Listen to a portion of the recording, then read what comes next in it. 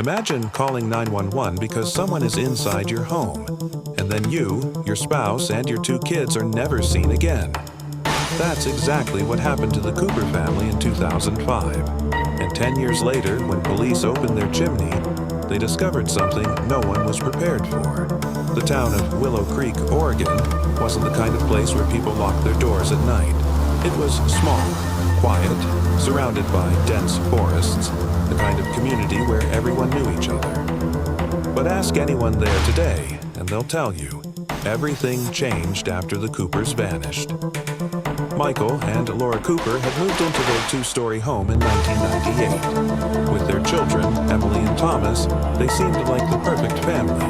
Neighbors remembered Laura as a kind teacher, and Michael as a hardworking mechanic who'd help anyone fix a car for free.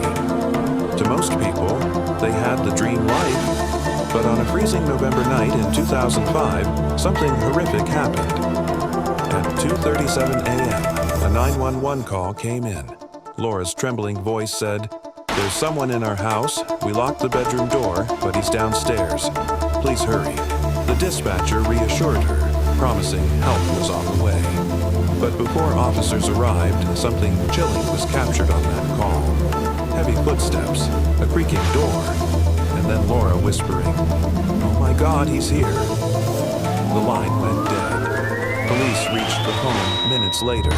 The front door was open, lights on, dinner plates still on the table, toys scattered on the living room floor. But the Coopers were gone. Not a single trace of struggle. No broken glass. No blood. No sign of forced entry. It was as if the entire family had vanished into thin air. Neighbors were questioned. Search teams combed the woods. Flyers covered every post in town. But days turned into weeks. Weeks into months, and the case went cold. And that's when the house itself became different. Teenagers dared each other to enter it. They'd come running out minutes later, pale, saying they'd heard children crying upstairs or whispers near the fireplace. Others swore they saw a shadow in the window, long after the place was boarded up.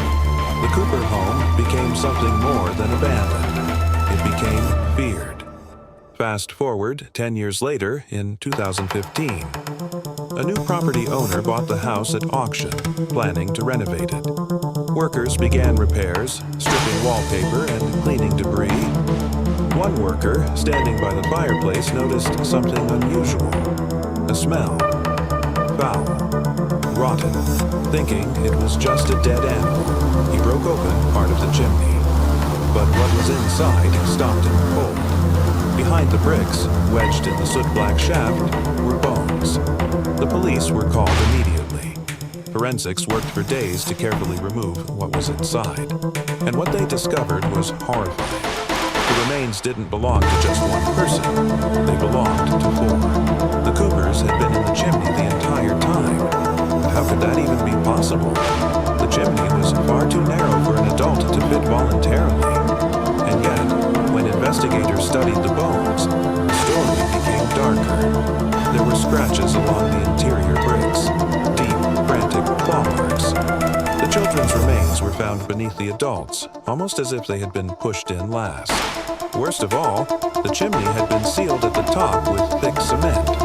Someone had forced them inside, and then sealed them alive. But who? Detectives reopened the case. Some neighbors recalled seeing a tall man in dark clothing near the house days before the family disappeared. He was never identified. Others believed the intruder Laura described on the 911 call was the one who carried out this nightmarish act. But there's one detail that makes everything even more disturbing.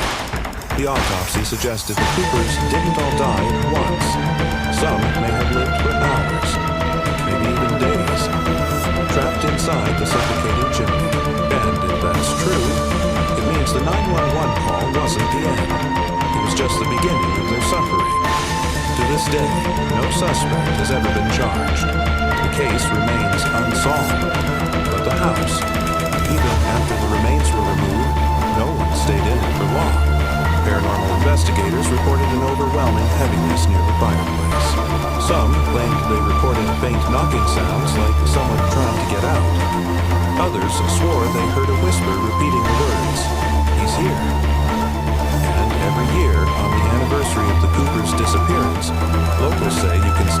scratching coming from the sealed chimney.